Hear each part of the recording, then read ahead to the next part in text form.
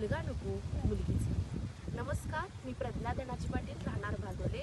प्रथमतः मी सक्षम फाउंडेशनचे खूप मनापासून आभार मानते की त्यांनी महिला आणि मुलींवर होणाऱ्या अत्याचारावरचे इतका छान संवेदनशील विषय मांडण्याची आम्हा सर्वांना संधी दिलेली आहे. आज पाहिलं तर पुरुष आणि स्त्री बरोबरीनं काम करत आहेत. सर्वच क्षेत्रामध्ये आज स्त्रिया काम करत आहेत. क्रीडा असू दे, उद्योग असू दे, राजकारण, समाजकारण, प्रशासन, शिक्षणामध्ये, विज्ञानामध्ये सैकडे त्या प्रगती करत आहेत. पण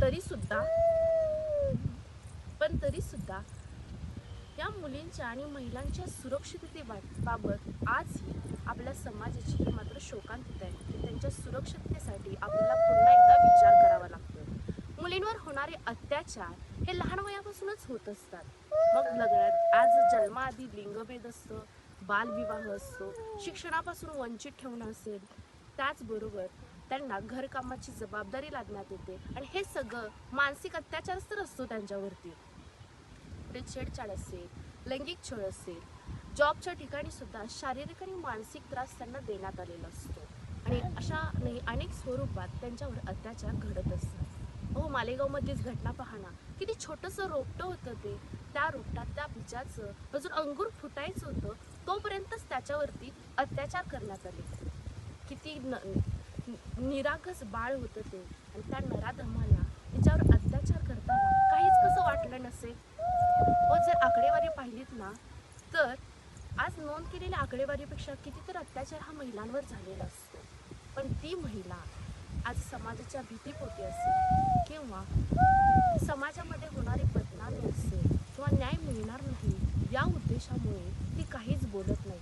त्यामुळे दिलेल्या नोंदणी केलेल्या आकडेवारीपेक्षा तिची खरी अत्याचाराची आकडेवारी ही सर्वात जास्त आहे.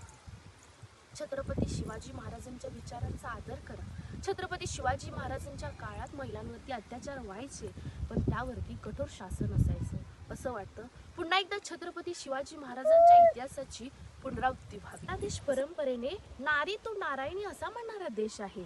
देवीला आपण पूजा करतो, स्त्रियांना मातेचं स्थान देतो, पण तरी सुद्धा आपल्या या देशामध्ये महिलांवरती अत्याचार होतात. ही खरंच चिंताजनक बाब झालेली आहे. आपण स्त्रीला, मुलीला लक्ष्मी मानतो आणि त्याच लक्ष्मीला अशा अमानुषपणे अत्याचार करताना त्या नराधमाला काहीच कसं वाटत नसेल. ह्यामध्ये सगळ्यात अत्याचार होण्याचं महत्त्वाचं कारण म्हणजे लैंगिक असमानता. मुलगी आणि मुलगा यामध्ये अजूनही कुठेतरी समाजामध्ये भेदभाव केला जातो. मुलाला प्रथम स्थान दिलं जातं आणि मुलीला दुय्यम स्थान दिलं जातं आणि ही बाब खरंच अजून कितीतरी ठिकाणी दिसते. आणि जोपर्यंत आपण हा दुय्यम प्रकार बंद करत नाही तोपर्यंत अत्याचाराचं हे मूळ काही संपणार नाही. घरगुती हिंसा हा सुद्धा महिलांवरील अत्याचाराचा एक गंभीर प्रकार आहे. महिला ह्या घरातच सुरक्षित नसतात. घरामध्ये नवरा असू दे, सासू सासरे, नणंद, जावा असतील, म्हणजे इतर अजून बरेच नातेवाईक असतात त्यांच्या अत्याचार घडत असतात पण त्या गप्प सहन करत असतात. कशासाठी? घरासाठी, समाजासाठी आणि या कुटुंबासाठी त्या अत्याचार गप्पपणे सहन करत असतात. आणि यामध्ये सर्वात महत्त्वाची बाब म्हणजे आर्थिक स्वावलंबता. त्याचा अभाव असल्यामुळेच ह्या महिला गप्प बसतात. त्यामुळे आपण आर्थिक स्वावलंबानं आज कठोर असलं पाहिजे.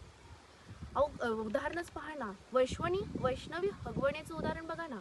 राजकारणी घराण्यातली होती ती, म्हणजे एज्युकेटेड फॅमिली आणि नॉन एज्युकेटेड फॅमिली असा तर मॅटरच राहिलेले नाही. म्हणजे आपण म्हणायलाच नको की सुशिक्षित आणि अशिक्षित लोकांमध्ये सुनांना त्रास दिला जातो. ते तर मोठं राजघराणं होतं ना, सुशिक्षित लोक होती ना, पण तरी सुद्धा त्या मुलीवर अत्याचार करण्यात आला.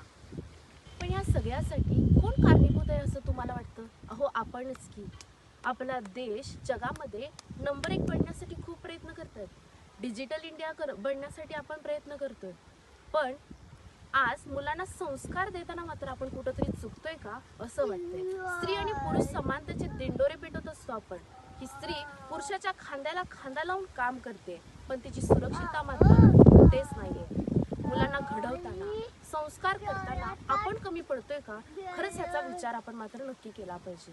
आज मोबाईल वापरताना मुलांच्या प्रमाणापेक्षा पालकांचंच प्रमाण जास्त वाढलेलं आहे. बघा ना, रील्स बघताना कधी 2 तास निघून गेले हे आपल्या लक्षात सुद्धा येत नाही. पूर्वीच्या काळी बाहेर पडताना सर्वजण मोठ्यांचा आदर राखायचे, त्यांना नमस्कार करून बाहेर पडायचे. संध्याकाळच्या वेळी सगळी लहान मुलं शुभंकरोती म्हणण्यासाठी बसायची. आजी आजोबा नातवंडांना छान छान गोष्टी सांगायचे. पण ही जनरेशन कुठं गेली होता? तुम्हीच बघा ना, विचार करा. माणसं माणसांशी प्रेमाने नाही तर स्वार्थासाठी आता नातं टिकवत आहे. ही जनरेशन आता निर्माण झालेली आहे. यामध्ये शिक्षणाची मात्र भूमिका सर्वात महत्त्वाची आहे. मुलगा आणि मुलगी समान आहेत, तिचा सन्मान ठेवला पाहिजे. हे संस्कार त्या मुलाला लहानपणापासूनच करण्यात आलं पाहिजे. आणि ह्यामध्ये सगळ्यात महत्त्वाची भूमिका म्हणजे आई वडील, शिक्षक आणि समाज या सर्वांचं यामध्ये सगळ्यात महत्त्वाची जबाबदारी आहे. मुली आणि महिलांवरील अत्याचार रोखण्यासाठी केवळ कायदे असून चालणार नाही, तर समाजाची मानसिकता बदलणं सगळ्यात महत्त्वाचं आहे. भारतामध्ये आपल्या देशात महिलांच्या सुरक्षेसाठी अनेक कायदे आहेत. हुंडाबळी प्रतिबंधक कायदा, घरगुती हिंसाचार प्रतिबंधक कायदा, लैंगिक छळ प्रतिबंधक कायदा. पण या कायद्यांची अंमलबजावणी होणंही तितकंच महत्त्वाचं आहे. महिलांनी स्वतःच्या हक्कांबाबत जागरूक असणंही तेवढंच महत्त्वाचं आहे. कायद्यांचं आपल्याला माहिती असणं गरजेचं आहे. त्याचबरोबर प्रत्येक आपल्या हक्कासाठी लढलं पाहिजे. अन्याय सहन न करता त्या अन्यायाला तोंड दिलं पाहिजे. आपल्याला असा समाज घडवायचा आहे जिथे महिला मुली सुरक्षितपणे शिक्षण घेतील, आत्मविश्वासाने स्वप्ने पाहतील आणि निर्भयपणे जगू शकेल. मुली आणि महिला ह्या फक्त समजूतदारीचं प्रतीक न मानता, सहनशीलतेचं प्रतीक न मानता त्यांना बरोबरीचं स्थान देऊयात. यामध्ये महिलांवर होणाऱ्या अत्याचार जर थांबवायचे असतील तर फक्त महिलांनीच पुढाकार घेणं गरजेचं नाही, तर संपूर्ण समाजानं पुढं होणं तितकंच महत्त्वाचं आहे. आणि महिलांनी आर्थिकदृष्ट्या प्रबल घडणं हे सुद्धा महत्त्वाचं आहे. स्त्री सुरक्षित असेल तर कुटुंब सुरक्षित राहील, कुटुंब सुरक्षित असेल तर समाज सुरक्षित राहील आणि आपला समाज सुरक्षित असेल तर देशाची प्रगती होत जाईल. मुलगी म्हणजे गुंज बोलते, आळवावरचे पाणी ग, सांडून जाते एक दिवस ती, कुणारी त्याचे जगणे ग. भातुकलीचा खेळ मांडला, घर बांधले उन्हात, पायामधली भिंगरी होऊन मुले नाचली अंगणात. ती वळणावरचा एक विसावा, पुन्हा नदीचे वाहने ग, सांडून जाते एक दिवस ती, कुणारी त्याचे जगणे ग.